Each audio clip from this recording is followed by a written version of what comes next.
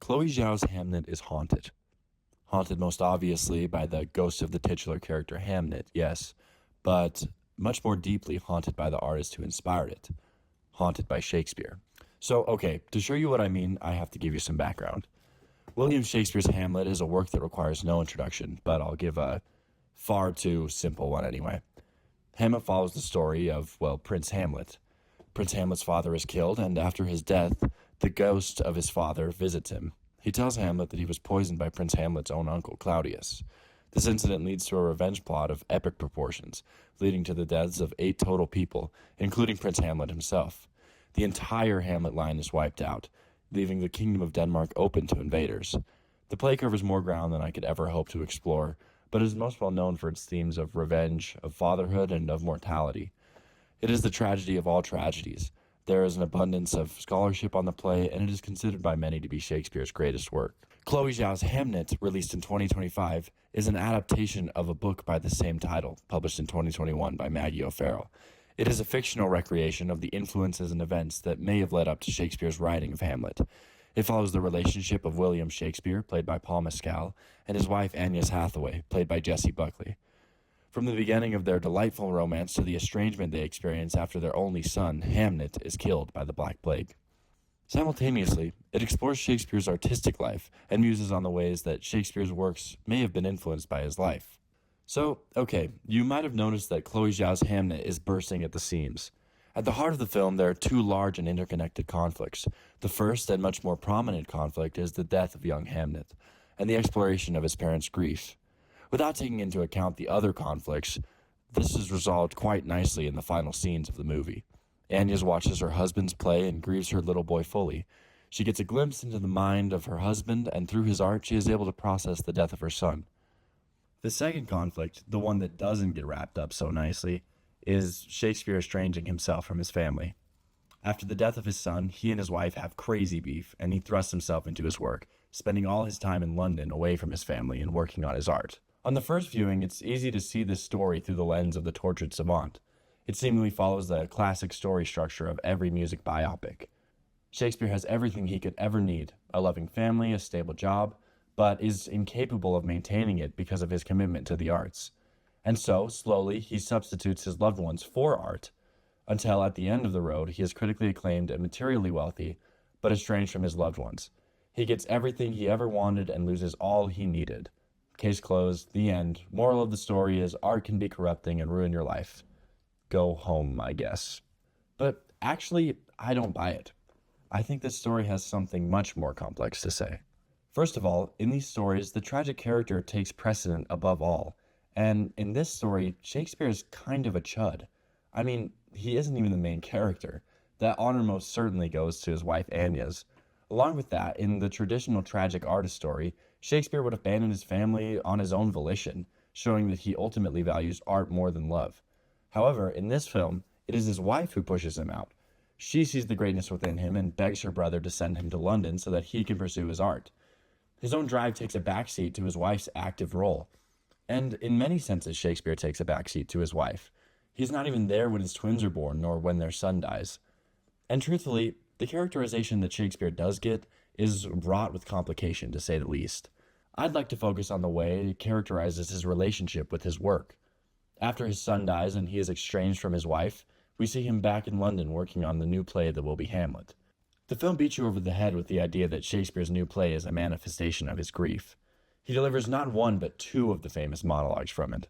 First, he directs an actor giving a less than stellar performance of the "Get Thee to a Nunnery" monologue.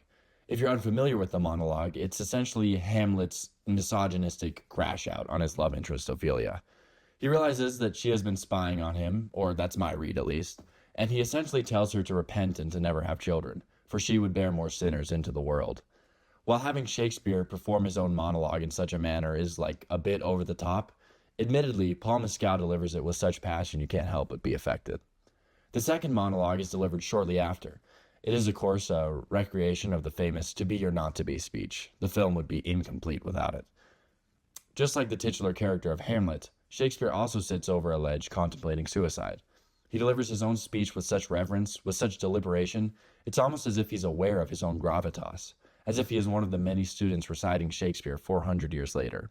So, okay, I have to be honest. While these moments might have worked for some audience members, I was just not convinced of them the first time I watched. To dilute the genius and complexity of these two monologues down in such a way is just too precious for me. The idea that, oh, Shakespeare wrote a scene berating a woman, so he must have been upset with his wife. Or, oh, Shakespeare wrote a monologue about suicide, so he must have been suicidal. I mean, it's just a bit ridiculous to me. Artists write about things they haven't fully experienced all the time. It's like the basis of creativity. And saying that what he wrote was directly inspired by his own life boils the complexity of the creative process down to its most basic level. It ends up feeling like a saccharine recreation of said process. But truthfully, what can the film do? How can the film paint a picture of such an enigmatic figure? How can one depict arguably the greatest writer in history and have said depiction be deemed appropriate? Especially when said writer is famously obscured by history. What do we know about Shakespeare? He seems to have been very lustful towards both men and women. You can tell from the plays that he greatly preferred drinking to eating and that he hated lawyers, but you really don't know much else.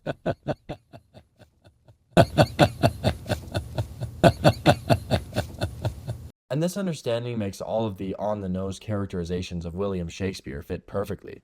It is using his works as a substitute for the man. Of course the film must portray him as the tragic artist, because he is primarily known for his tragic works. Of course the film must portray a complicated relationship with the death of a son, because he is known for his themes of fatherhood. Of course the film must portray a complex and fraught marital relationship, because Shakespeare is known for his romantic conflict. The list goes on. Shakespeare's works create Shakespeare the man. Shakespeare is the totality of the things that have happened to this play. Shakespeare is not only the origin, Shakespeare is also the name that we give to the authorship of the play that we have. And the film seems to explore the infinity of his work compared to the finitude of his life. One constant visual theme of the film is that of the all-consuming environment, more specifically the giant and unending forest. Characters are shown in drawn-out shots of the forest in which they are minuscule. When I watch these characters bumble through this looming environment, I cannot help but consider how small each character is, how small our lives are when compared to the vast expanses of the earth. When these characters are dead and gone, the earth will eat them and use them as fuel for new life, new projects. Nothing will remain of us but the earth, so large and so unknowable. And Shakespeare's works, and really any artist's works, are like the forest. Just as the forest will be all that remains when we die, his works are all that remain in his death. They stand like the forest, infinite and looming. Just as the wood will swallow us and any memory of us up, so too do Shakespeare's works swallow him up. They serve as the only memory of him. They serve as a facsimile for the man. And so it's no coincidence that after losing his son to the fate of death that the earth will exact from us all, the set that Shakespeare designs for his production of Hamlet is the backdrop of an ancient forest. When taken in contrast with the story of Shakespeare proposed in this film, these paralleled forests are seemingly a commentary on the impossibility of analyzing Shakespeare the man. When you look at the forest, you cannot fully comprehend what it is. You cannot go back in history and see the millions of years of evolution that made it what it is. You cannot see each and every decomposed creature that makes up the soil. It's haunted by every entity that lived and died to make it what it is. And in that same way, you cannot look at a piece of art and know the person who made it. They are both snapshots of the process that made them, not the process itself. The artist isn't found in their work. They haunt it. So naturally, just as he haunts his work and our culture, it is only appropriate that in the climax of the film, Shakespeare should appear as a ghost in his own play. He plays the great ghost of Prince Hamlet's father, of course, the very same father that leads Hamlet to his own death. Much has been made of the dynamic between Prince Hamlet and his father in relation to Shakespeare the man. Many people muse that this relationship is a sort of commentary on his own relationship with his father. Others seem to think, as this movie does, that it is more about the relationship between himself and his own dead son. Whatever you may believe, there's no denying the powerful imagery in making Shakespeare play a ghost. It reminds us that William Shakespeare the man is transient and untouchable. No matter how we might want to explain his writings as a manifestation of his life, he will always be a ghost to us, always untouchable, always out of reach, and unreal. And nothing seems to confirm this reading more than when Paul Mescal runs backstage and gently weeps while wiping the ghostly paint from his skin. He is weeping for many reasons, weeping for his son, for his wife, but most importantly, I think, for himself and for his art.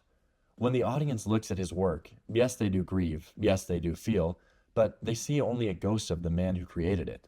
And as he wipes off the paint, he wipes off the only connection that the audience has to him. They can never see his true suffering, never push through its art to its origin. When you look into art, you cannot see the artist's mind. You can see only your own mind, your own preconceived ideas around the artist, and your own pain. You can see the ghost of an artist. And so, if Shakespeare weeps because he knows the audience can never truly see him, what does that say about the most important audience member to him? That is, his wife.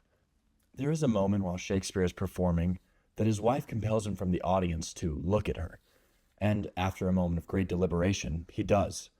But he cannot look at her as a husband looks at a wife. He's still in character. He's still the ghost of Prince Hamlet's father. He is not a man who gets to be whole and to grieve his son. He is not the main character of this story. He and his play are a vehicle for the audience to process their grief. And yes, this servile relationship extends to his wife. So, while she gets the opportunity to peer into her own soul and explore the edges of her grief, she does not get the opportunity to explore her husband.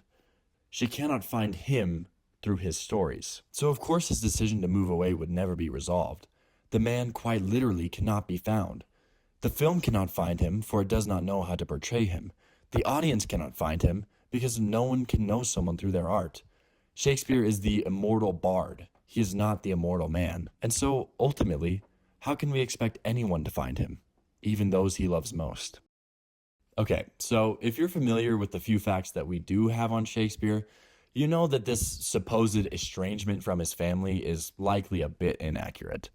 Most historians agree that Old Willie retired from his work in London and moved back to Stratford-upon-Avon around 1611 until his death in 1615. Especially in a time when retirement was not nearly the common concept that it is today, would a man so estranged from his family be inclined to spend his last 4 years with them? But again, this film is not about the real William Shakespeare. In fact, it never claims to be. Rather, as I have shown, it is an exploration of how his and every artist's art swallows them up and obscures them from their audience.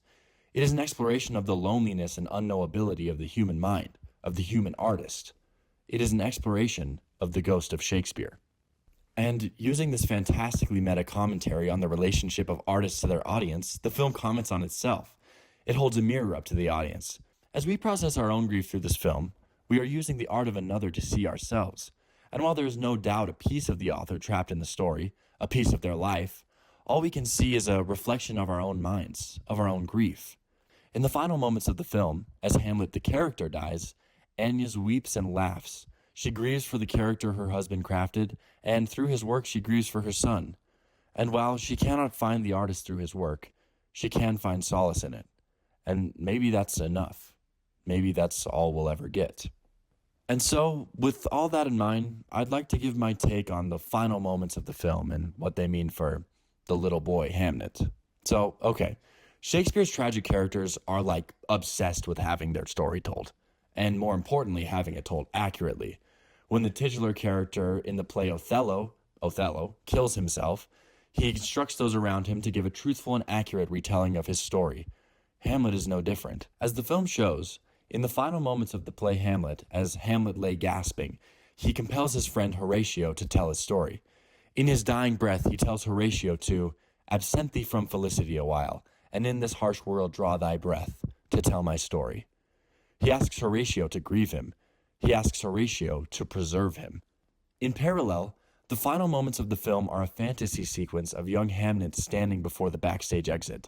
He looks back to his mother one final time, softly smiles, and steps into the darkness backstage, never to be seen again.